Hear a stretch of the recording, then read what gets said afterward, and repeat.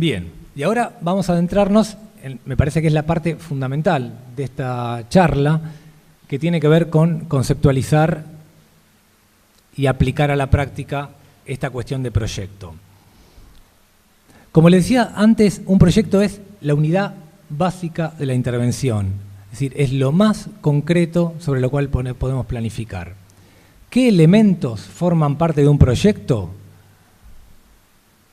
Lo primero, al menos un objetivo concreto, específico, medible, su logro una vez terminado el proyecto. Segundo, temporalidad. Un proyecto está atado a un mes, un año, digamos, tiene que tener un cronograma de trabajo que guíe la ejecución del proyecto.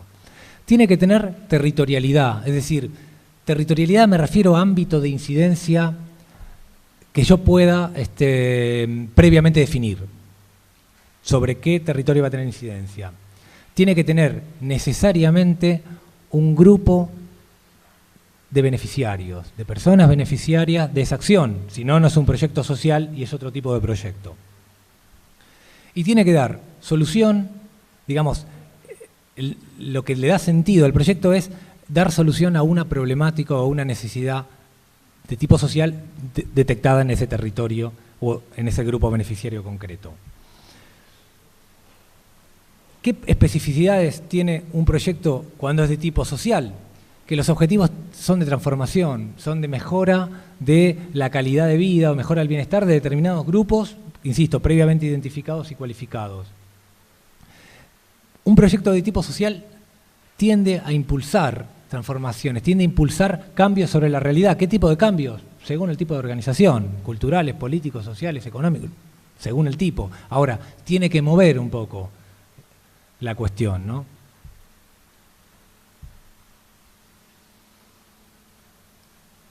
Y me voy a detener en esta cuestión que parece un poco técnica, pero no lo es, sobre algunos principios que dan sentido a los proyectos cuando son de tipo social, es decir, cuando son, en este caso, realizados por organizaciones de la economía social. Un proyecto social, por supuesto, tiene que tener coherencia externa, es decir, con el resto de las dimensiones de la planificación de esa organización, por supuesto. Por supuesto, tiene que tener coherencia interna, es decir, todos los elementos del proyecto tienen que estar interconectados.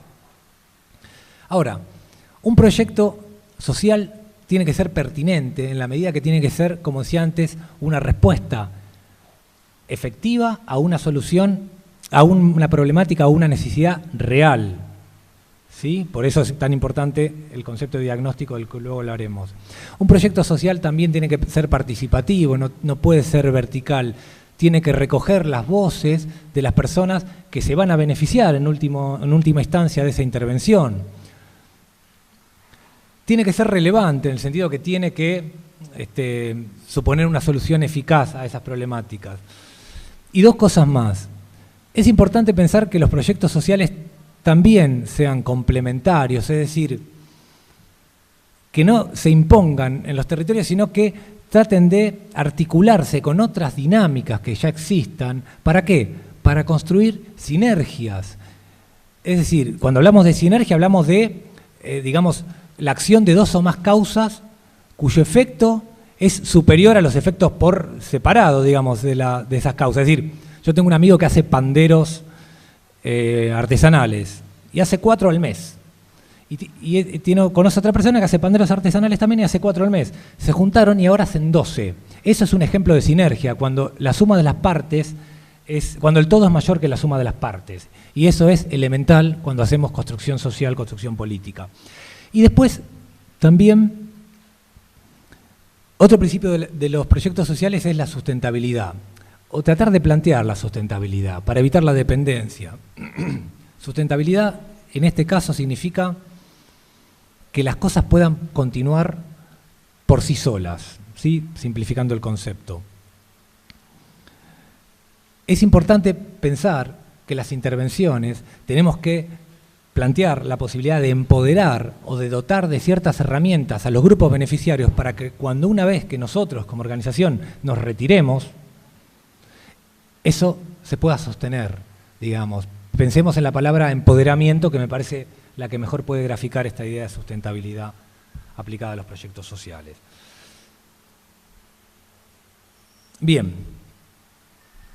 Y otro concepto importante de los proyectos sociales es lo que se suele llamar ciclo de proyecto, que básicamente significa que los proyectos hay que pensarlos, es importante entenderlos así para tener una perspectiva global, como un conjunto de etapas que se van interrelacionando, digamos, se van influenciando mutuamente.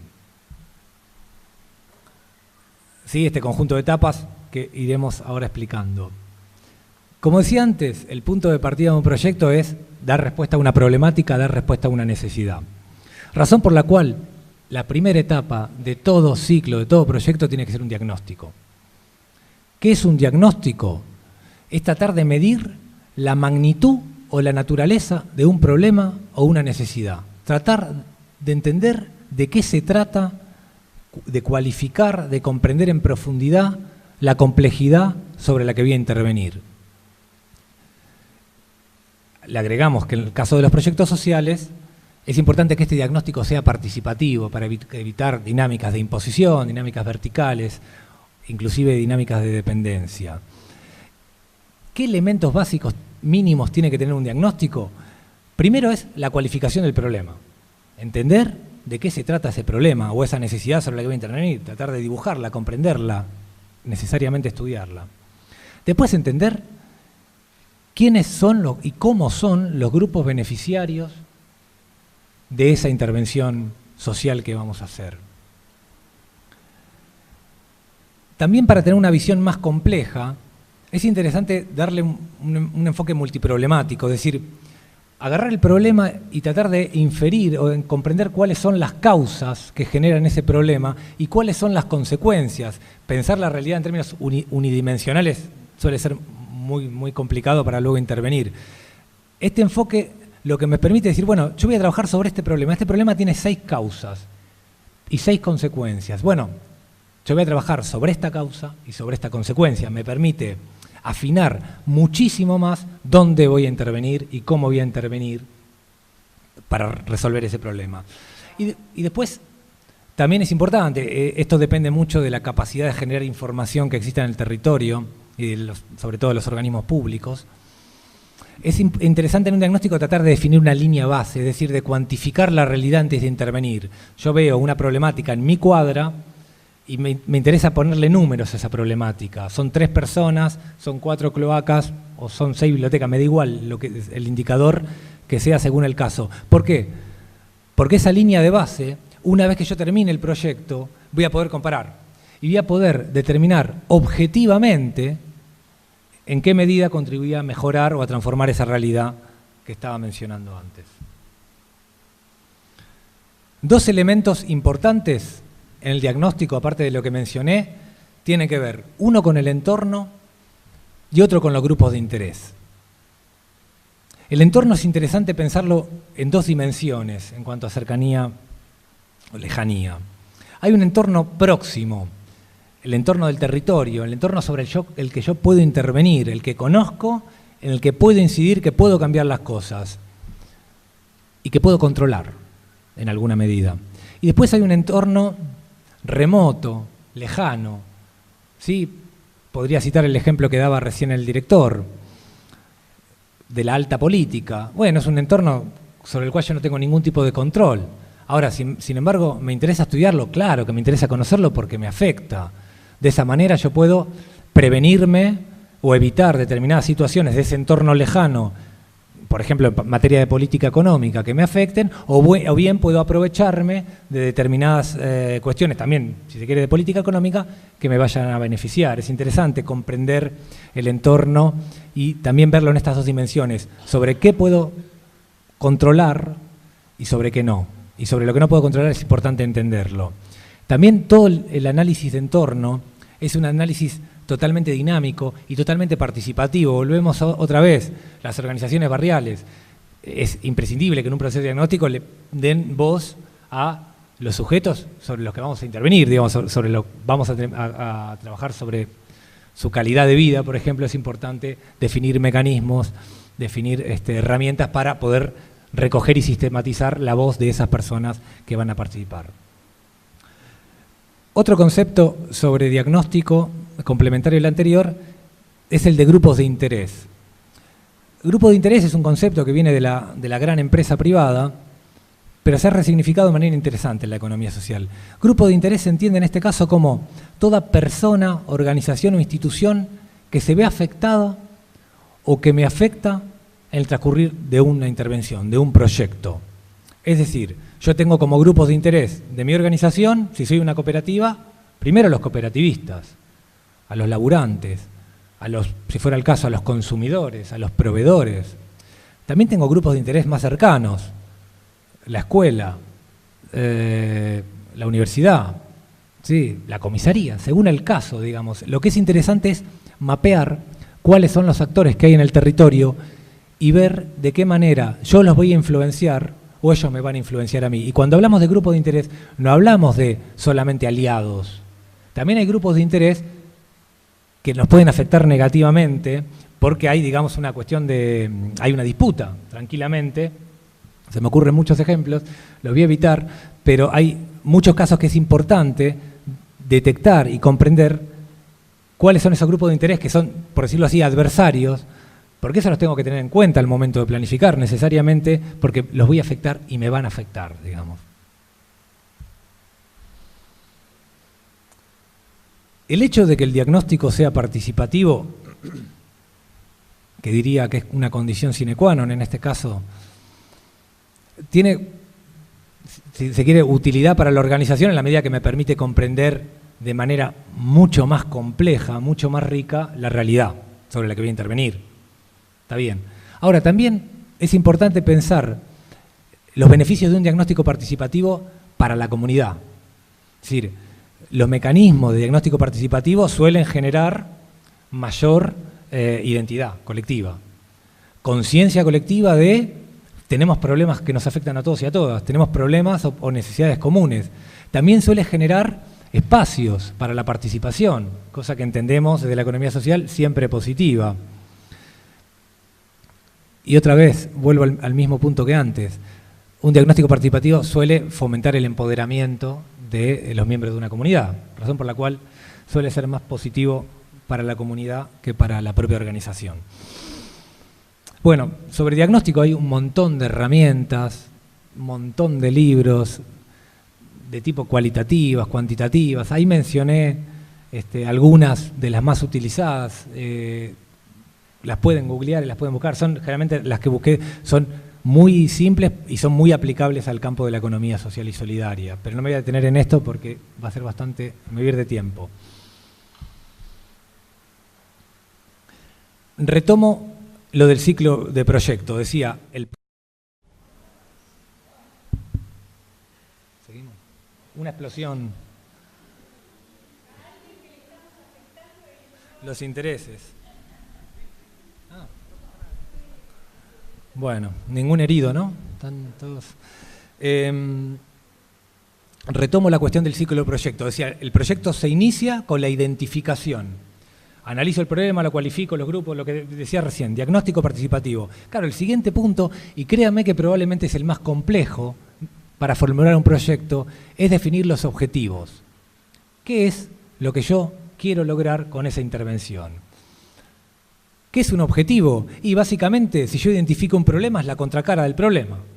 Doy vuelta al problema y atrás está el objetivo. Si falta la participación en la comunidad, y ese es el problema central que da sentido al proyecto, el objetivo central es aumentar la participación de la comunidad, digamos, tiene esa simplificación. Ahora bien, cuando pensamos en proyectos se suele escalonar en dos tipos de objetivos y esto suele formar parte de casi todos los modelos de diseño de proyectos.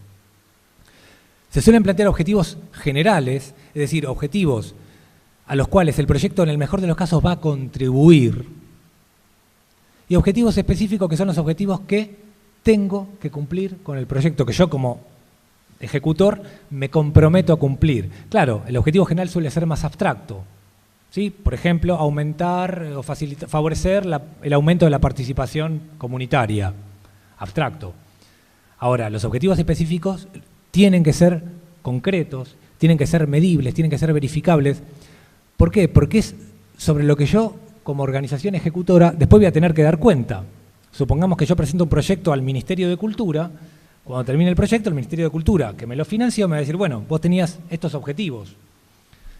¿Los cumpliste? Yo no le puedo decir, sí, más o menos. No, le tengo que demostrar que cumplí esos objetivos. Razón por la que los objetivos específicos tienen que ser medibles, tienen que ser totalmente verificables y en gran medida cuantificables, porque si no, no los puedo medir.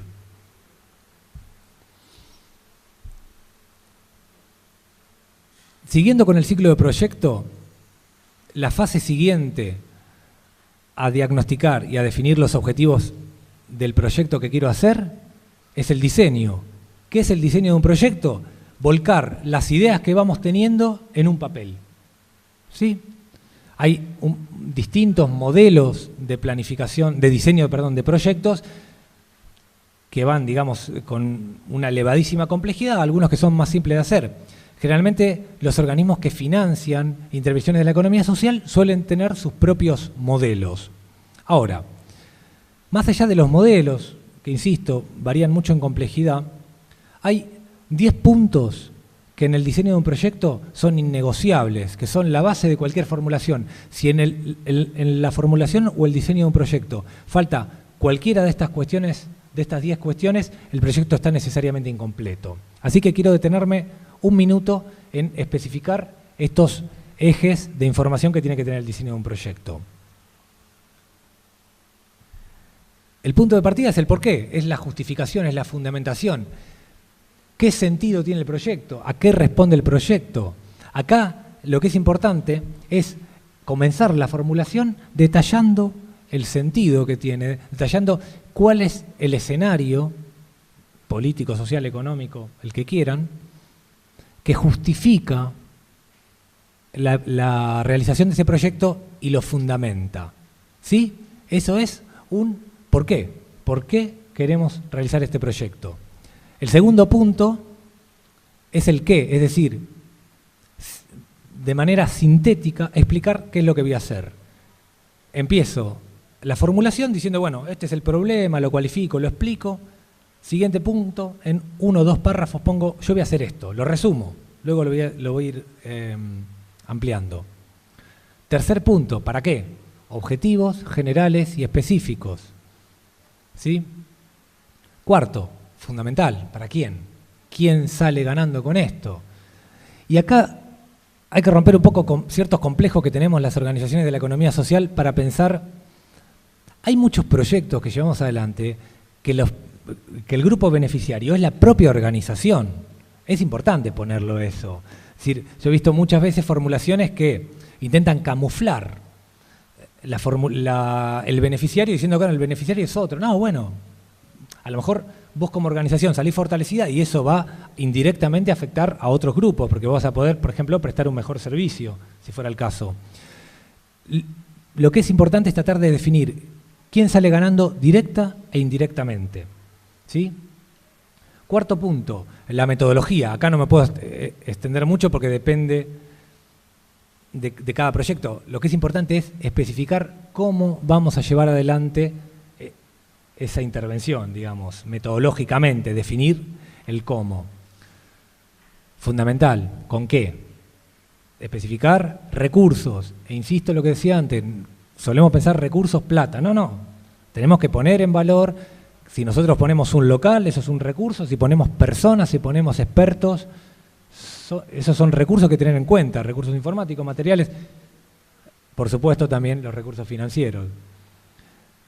¿Dónde? Esto también lo mencionaba como premisa de los proyectos. ¿Qué incidencia territorial va a tener la actividad en esta cuadra, en este barrio, en esta ciudad, en este colegio? Es importante delimitarlo, porque después sobre eso tengo que dar cuenta también cuando termine el proyecto.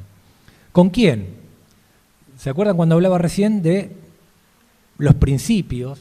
Decía, bueno, es importante tener en cuenta en los proyectos sociales el principio de la complementariedad.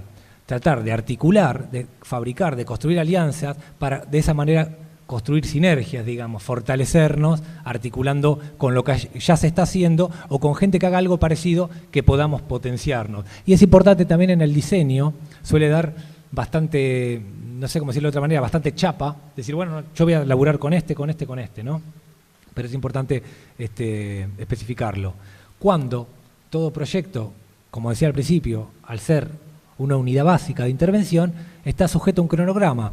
Actividad 1, la primera semana de marzo. Actividad 2, hay una herramienta muy simple que es el diagrama de Gantt, el cronograma, en que yo pongo tiempos, digamos, semanas, meses, días, según el caso, y digamos, horizontalmente pongo las actividades. Y de esa manera, en un esquema simple, puedo ver cuál es la temporalidad, cuál es, digamos, el cronograma de trabajo de ese proyecto.